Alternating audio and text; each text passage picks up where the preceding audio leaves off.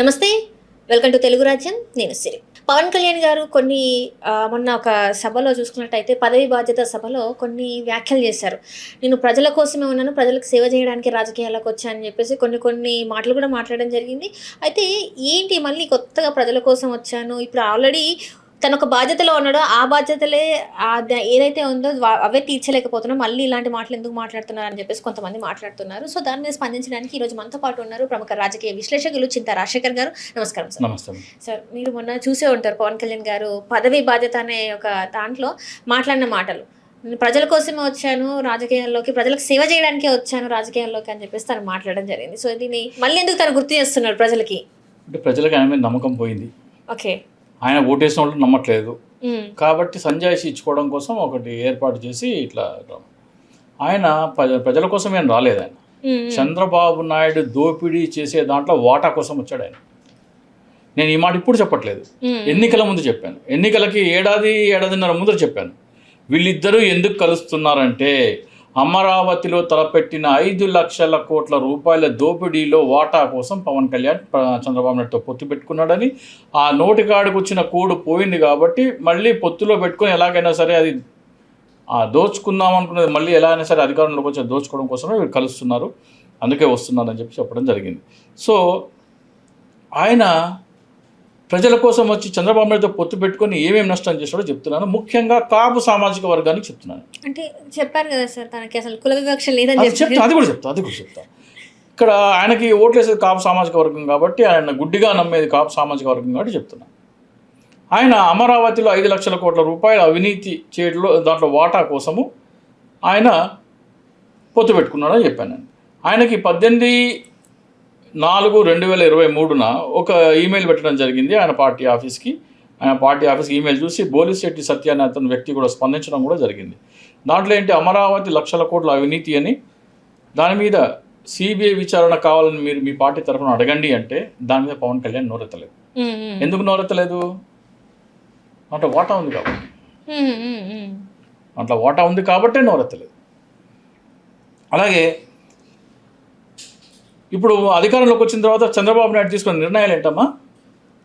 ఎకరా 10 కోట్ల విలువ చేసే భూమి విశాఖపట్నంలో ఎకరా 99 పైసలకు అమ్ముతున్నాడు. ఆ సంపద ఎవరిది? ప్రజలది. ప్రజల ఆస్తి ఎవరికి దోచిపెడుతున్నాడు? ఉర్సా అనే కంపెనీకి తన లోకేష్తో సన్నిహిత సంబంధాలు ఉన్నాయని చెప్తున్న వ్యక్తులకి, లులు మాల్కి కట్టబెడుతున్నారు. అది ప్రజా సంపద దోపిడీ. లాభపడేది ఎవరు? ప్రైవేట్ వ్యక్తులు. నష్టపోయేది ఎవరు? ప్రజలు. సో నువ్వు పొత్తు పెట్టుకొని అధికారంలోకి వచ్చిన దాని వల్ల ప్రజలు నష్టపోతున్నారు. నువ్వు ప్రజల కోసం వచ్చిన దొంగ నాటకాలు ఆడవాక. ప్రజలు నష్టపోతున్నారు ఇక్కడ, ఓకేనా? నాడు నేడు దీంట్లో స్కూల్స్లో ఇంటర్నేషనల్ బ్యాకలరేట్ సిలబస్ పెట్టి టోఫెల్ విద్యకి చిన్నప్పటి నుంచే ఫౌండేషన్ కోర్సులు పెడితే అవి ప్రభుత్వం తీసేసింది. అంటే నీ కొడుకు ఏం చదువుతున్నాడో, ఒక రిక్షా లాగేవాడు, ఒక కూలి పని చేసుకునే వాడి కొడుకు కూడా అదే చదవాలని జగన్మోహన్ రెడ్డి అవి తీసుకొచ్చాడు. పవన్ కళ్యాణ్ ఇక్కడ ఇంతకుముందు సింగపూర్లో ఏదో చదువుతున్నాడో తీసుకొచ్చి ఇప్పుడు ఎక్కడో ఇక్రిసాక్ట్ ఏదో స్కూల్లో పెట్టారు.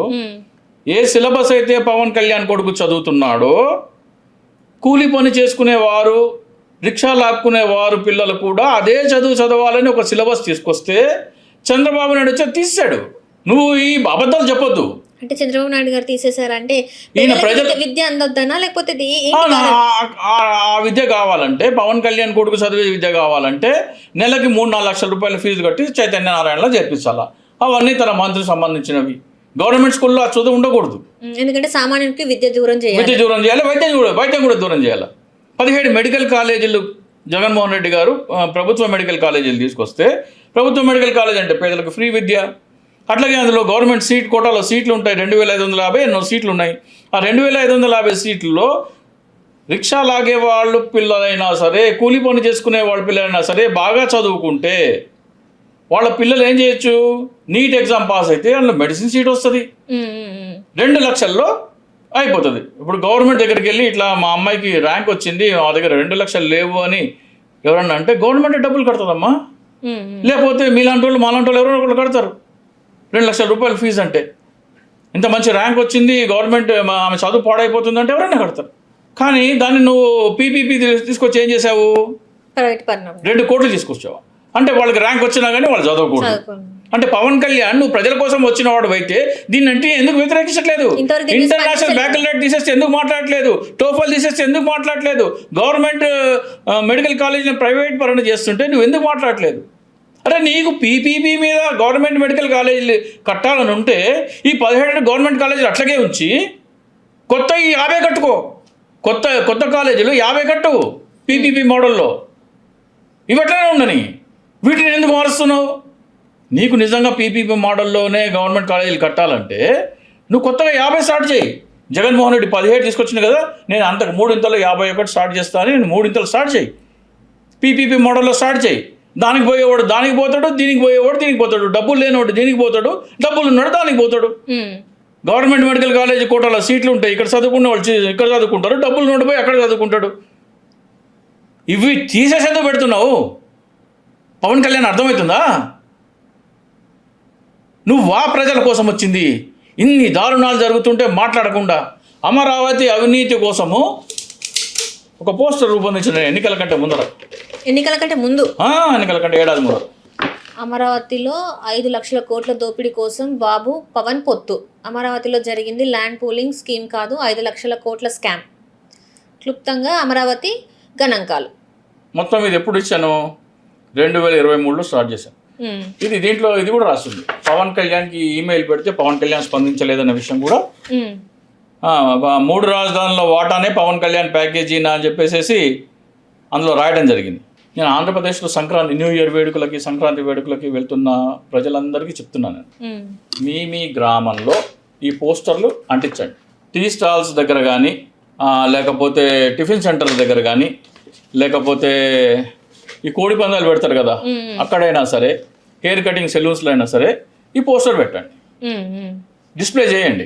అమరావతిలో ఏం జరుగుతుంది? పవన్ కళ్యాణ్ ప్రజల కోసం పొత్తు పెట్టుకున్నాడా, అమరావతి దోపిడీలో వాటా కోసం పొత్తు పెట్టుకున్నాడా అని పోస్టర్లు పెట్టండి. ఆంధ్రప్రదేశ్ మొత్తం ప్రతి గ్రామంలో పోస్టర్లు పెట్టండి. ఇందాక నేను చెప్పాను కదా, ఎవరైనా సరే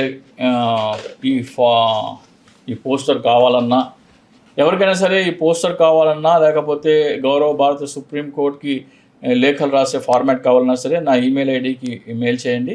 నా ఈమెయిల్ ఐడి వచ్చేసేసి DICSOOCHI@gmail.com, DICSOOCHI@gmail.com. దానికి ఈమెయిల్ చేస్తే ఈ పోస్టర్ యొక్క ఫార్మాట్, అలాగే ఆ లెటర్ గౌరవ భారత ప్రధాన న్యాయమూర్తి గారికి రాయాల్సిన ఫార్మాట్ పంపిస్తాను.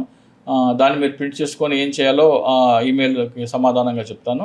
సో దయచేసి మీరు ఇది A2 సైజులో ప్రింట్ చేసుకొని పోస్టర్లు మీ గ్రామంలో అంటించండి.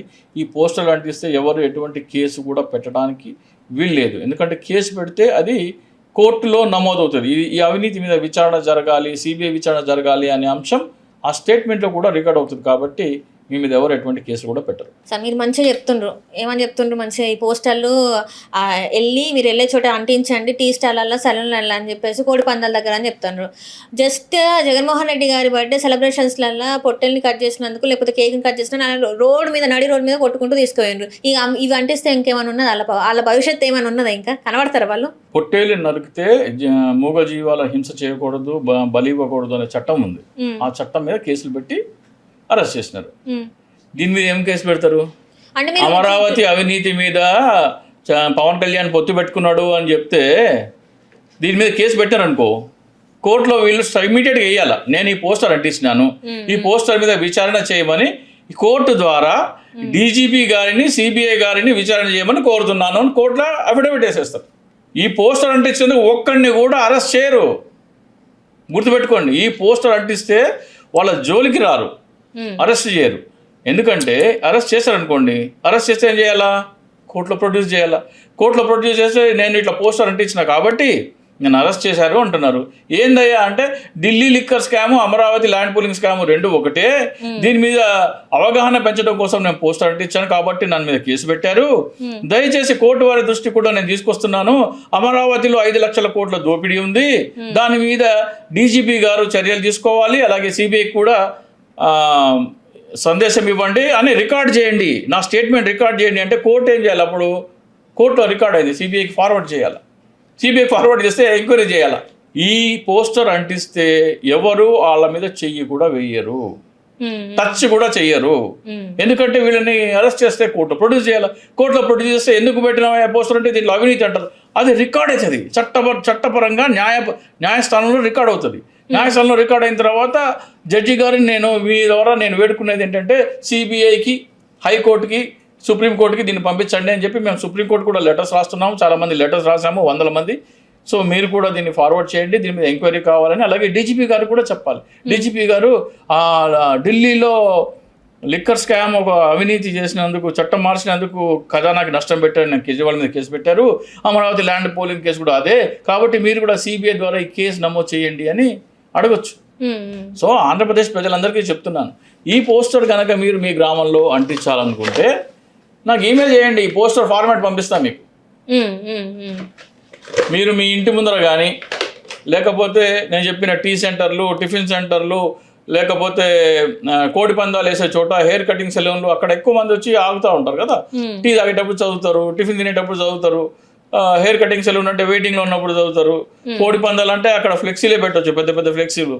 సో ఈ సమాచారం అంతా మీరు డిస్ప్లే చేస్తే ప్రజలకి అవగాహన వస్తుంది గ్రామాన. అసలు పవన్ కళ్యాణ్ నిజంగా ప్రజల కోసమే పొత్తు పెట్టుకున్నాడా, ఈ అమరావతి వాటా కోసమే పొత్తు పెట్టుకున్నాడు? ఇవన్నీ డిస్ప్లే చేసిన తర్వాత పవన్ కళ్యాణ్ నేను పొత్తులోంచి తప్పుకున్నాను, నేను కూడా సిబిఐ ఎంక్వైరీ అడుగుతున్నాను పవన్ కళ్యాణ్ అన్నాడు అనుకో, పవన్ కళ్యాణ్కి నయా పైసా అందులో వాటా లేదు. అంటే ఇక్కడ చూసుకున్నట్టయితే ఇంత జరుగుతున్న ఈ రోజుకి అమరావతి భూముల మీద మాట్లాడలేదు కదా సార్. అక్కడ రైతులు చనిపోతున్నా కూడా మాట్లాడట్లేదు కదా సార్. 2023లో ఈమెయిల్ పెట్టినాను ఆయనకి, అప్పుడు కూడా మాట్లాడలేదు. మొన్న ఈ మధ్య నాగబాబుకి వాళ్ళందరికీ ఈమెయిల్ పెట్టినాను, అప్పుడు కూడా మాట్లాడలేదు. సో ఇప్పటికైనా సరే స్పందించి దీని మీద సిబిఐ ఎంక్వైరీ జరగాలని పవన్ కళ్యాణ్ పిలుపునిస్తే పవన్ కళ్యాణ్కి నయా పైసా వాటా లేదు. పవన్ కళ్యాణ్ మౌనంగా ఉన్నాడంటే, గమ్మునున్నాడంటే దాంట్లో అయినా వాటా. మౌనంగా అంటే ఇప్పుడు వాటా ఉన్నట్టే అంటే, మౌనంగా ఉంటే వాటా ఉన్నది, నోరు తెరిస్తే వాటా లేదు.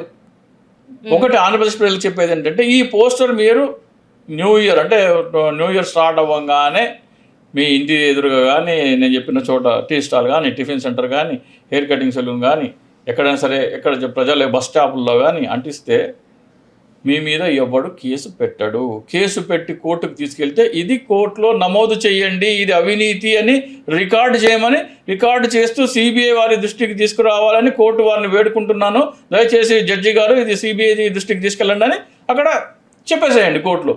అప్పుడు ఏమవుతుంది, జడ్జి గారు ఖచ్చితంగా దాన్ని సిబిఐకి దృష్టికి తీసుకురావాలి. సిబిఐ దృష్టికి తీసుకొస్తే అరవింద్ కేజ్రీవాల్ది నేరం అయితే చంద్రబాబు నాయుడు ఎందుకు నేరం కాదని అంటారు.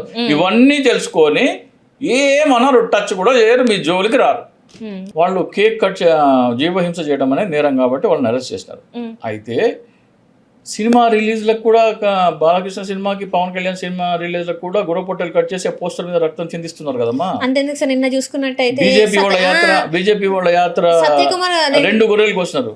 వీడియో ఉంది నా దగ్గర, సోషల్ మీడియాలో వైరల్ అవుతుంది వీడియో. మరి వాళ్ళ మీద కేసు ఎందుకు పెట్టలేదు? వాళ్ళ మీద కేసులు ఎందుకు పెట్టలేదమ్మా? మాట్లాడాలి కదా దీని మీద కూడా. ఇప్పుడు వాళ్ళు చేసిన తప్పు అయితే వీళ్ళు చేసింది కూడా తప్పే కదా.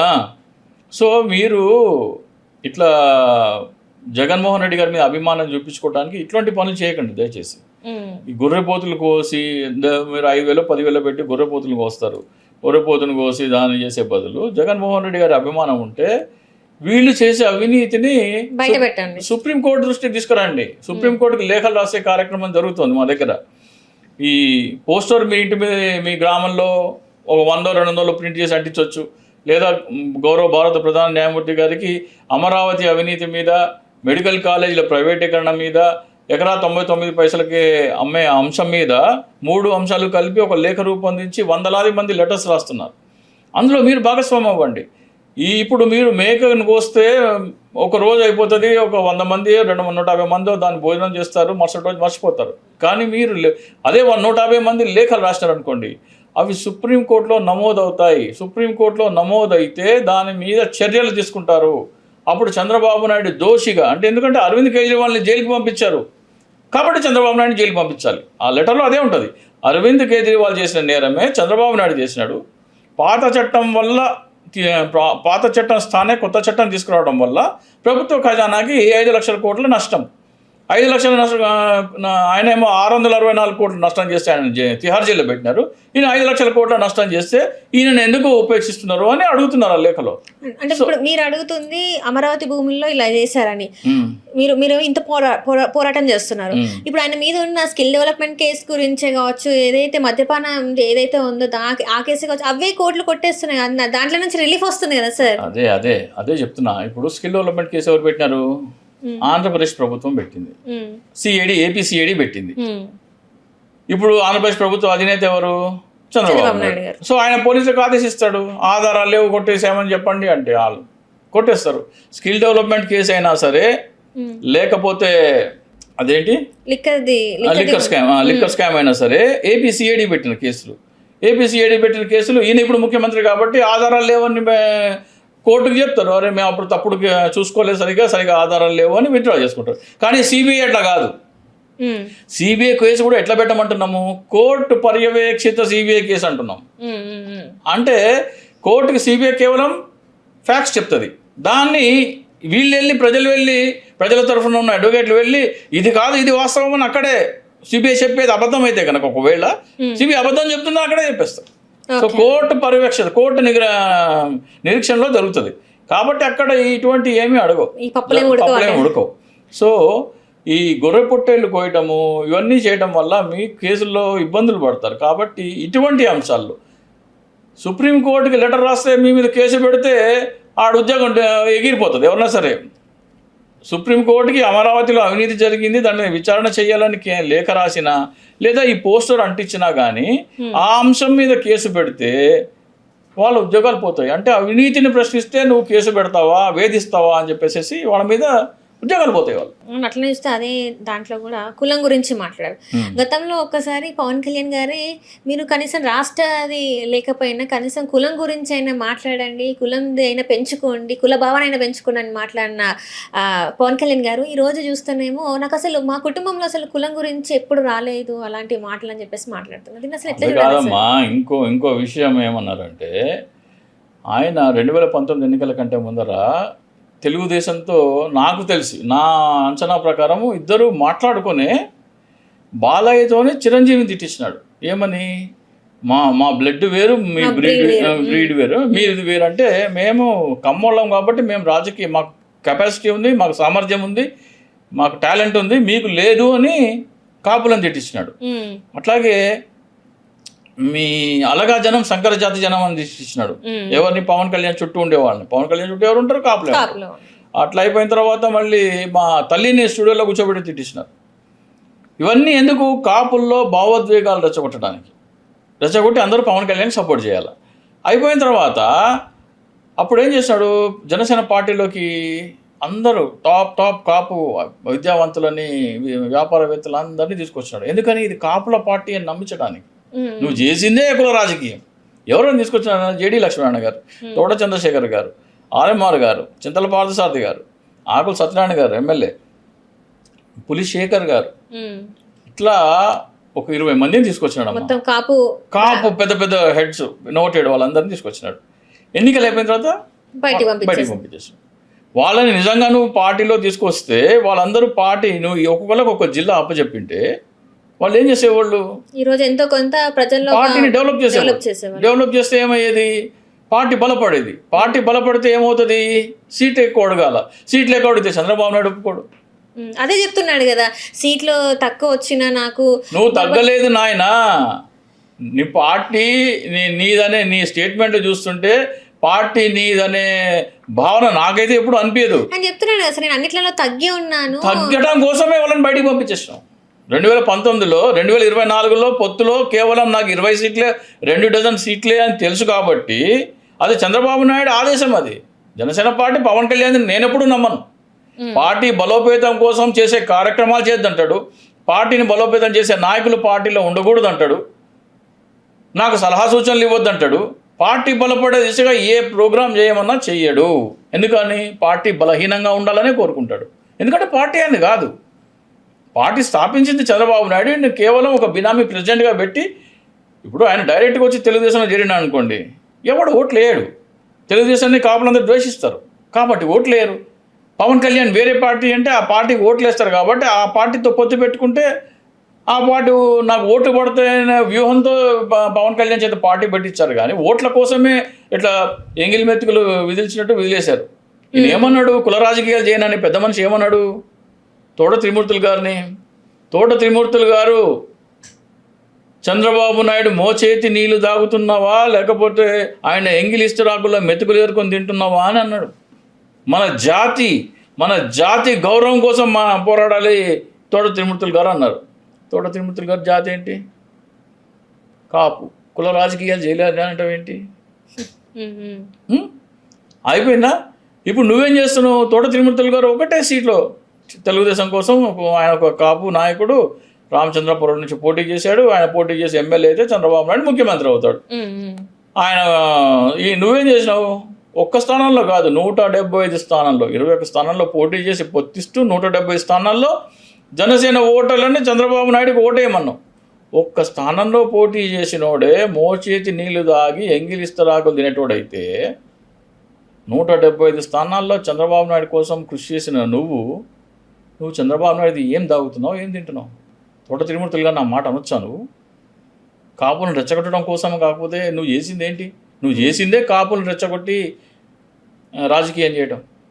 వీళ్ళ అన్నదమ్ములు పార్టీలు పెట్టింది ప్రజల కోసమో లేకపోతే వాళ్ళని అభిమానించే కాపుల కోసమో కాదు. వాళ్ళు పార్టీ పెట్టింది ఎందుకంటే కాపుల చేత ఓట్లు వేయించుకొని వేరే పార్టీలకు అమ్ముకొని లబ్ధి పొందుతామని. ఈ సీట్లన్నీ అమ్ముకున్న బట్టే ఆయన కేంద్ర మంత్రి అయినాడు. ఈ సీట్లన్నీ చంద్రబాబు నాయుడుకి తాకట్టు పెట్టడం వల్లనే ఈయన డిప్యూటీ సీఎం అయినాడు. చిరంజీవి ఉన్నాడు, నాకు రాజకీయాలు సరిపడలేదు అని అన్నాడు. ఎప్పుడు అన్నాడు అన్నమాట? ఆయనకి రాజ్యసభ సభ్యత్వం ఇచ్చింది 2012లో, కేంద్ర మంత్రి అయినాడు. 2014లో కాంగ్రెస్ ఓడిపోయింది. అప్పుడు ఆయనకు అనిపించలేదు నాకు రాజకీయాలు సూట్ కాలేదని. ఆయన 2009లో ఎలక్షన్లోనే ఆయనకు 18 సీట్లు వచ్చినాయి.